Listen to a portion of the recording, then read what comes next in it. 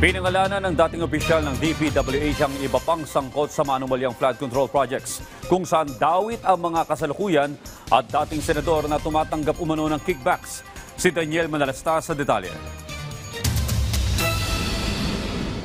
Mabibigat na aligasyon ang sumambulat sa pagpapatuloy ng pagdinig ng Senate Blue Ribbon Committee hinggil sa anomalya sa flood control projects. Nang humarap si dating DPWH Undersecretary Roberto Bernardo, nadawit ang ilang kasalukuyan at mga dating senador sa umano'y anomalya sa flood control at sa umano'y pagtanggap ng kickback. Kabilang sa pinangalanan niya ay sina Senator Francis Escudero, dating Senadora Nancy Binay at dating Senador Bong Revilla. Senator Chis Escudero. After inclusion of the projects in the GAA, I delivered 20% of approximately 800 million or about 160 million to Maynard Ngu, which was meant for Senator Escudero.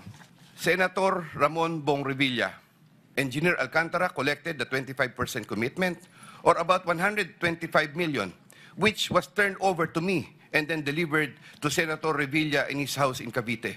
Senator Nancy Binay, Engineer Alcantara collected 15% commitment or about 37 million, which was turned over to me and which I then delivered to Senator Binay at a house in Quezon City. Sa affidavit ni Bernardo, lumabas din ang pangalan ni DepEd Undersecretary Olaivar, pati na si COA Commissioner Mario Lipana.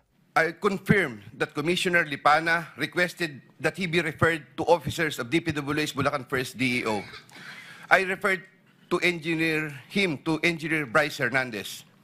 I have no personal knowledge if they were able to secure a project in Bulacan 1st DEO. Yusek Trigiv Olaivar of DepEd. Subsequently, I submitted this list to Yusek Olaivar. Yusek Olaivar told me that the commitment is 15%. In his words, Boss, 15 yan. Sa isang statement, mariing pinabulaanan ni Escudero ang anyay malisyosong alegasyon ni Bernardo. Papatunayan daw niya na nagsisinungaling ito. Hirit pa ni Escudero, bakit puro senador ang tila tinuturo?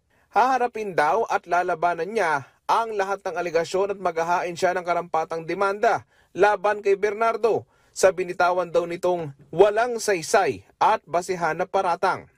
Pumalag din si dating senadora at ngayoy Makati Mayor Nancy Binay sa mga alegasyon. Nagulat siya at nalulungkot na pati siya ay dinadamay daw sa anomalya sa DPWH. Wala raw itong katotohanan. Sabi naman ng kampo ni Revilla, kinokondena ng dating senador ang mga akusasyon ni Bernardo at handa ang dating senador na makipagtulungan sa legal na proseso para lumabas ang katotohanan. Pinabulaanan din ni Olaivar ang mga alegasyon at bukas siya sa investigasyon sa usapin. Sa sinumpaang salaysay ni Bernardo, lumutang din ang pangalan ni Congressman Zaldico. Congressman Zaldico.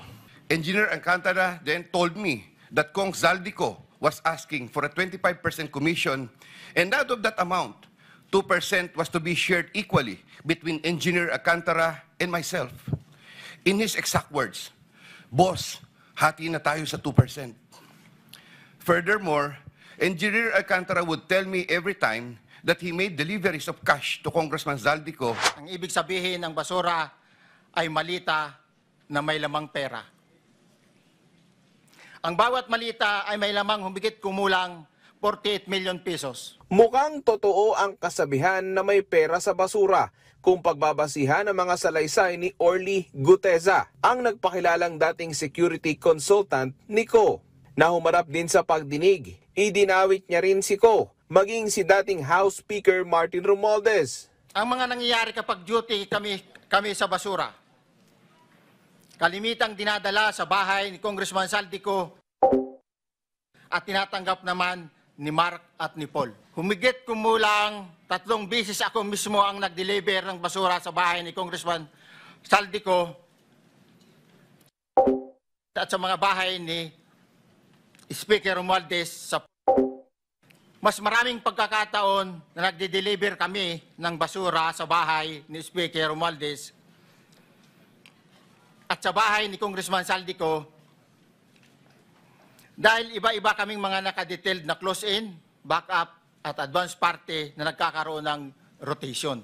Isa pa sa kinaladkad ni Gutesa sa kontrobersiya ay si Congressman Eric Yap. Ang isang ehemplo na nagdala ng pera ay si Congressman Eric Yap ng ACT-CIS Party List. 46 na malita ang dala niya sa bahay ni Congressman Saldico sa Dahil sa tindi ng mga alegasyon ng korupsyon, may biglang pinalutang na ideya si Senador Ronald De Ngayon, kung meron tayong existing na batas na bitayin ka kapag ikaw ay nahuli, magawa mo kaya yung nagawa mo ngayon? Palagay ko po, maraming matatakot talaga doon at hindi ko po masasabi, Mr. Chair, na mawawala po totally. Pero tsak pong mababawasan. Senator Bato, halimbawa papiliin ka, makulong sa Muntinlupa na habang buhay sa death penalty, anong piliin mo? Considering the living condition sa Muntinlupa, palagi ko piliin pa ang death penalty. Sir, pipiliin ko Muntinlupa. Enjoying sa Muntinlupa, pwede ka pa magdegosyo doon. Pwede ka pa magdegosyo. Iba nga doon, negosyo lang siya po eh. Drug lord pa rin hanggang ngayon. Ando sa Muntinlupa. Mr. Chairman, I move to strike out that statement. Inaasahang may kasunod pa ang pagdinig. Daniel Manalastas para sa Pambansang TV sa Bagong Pilipinas.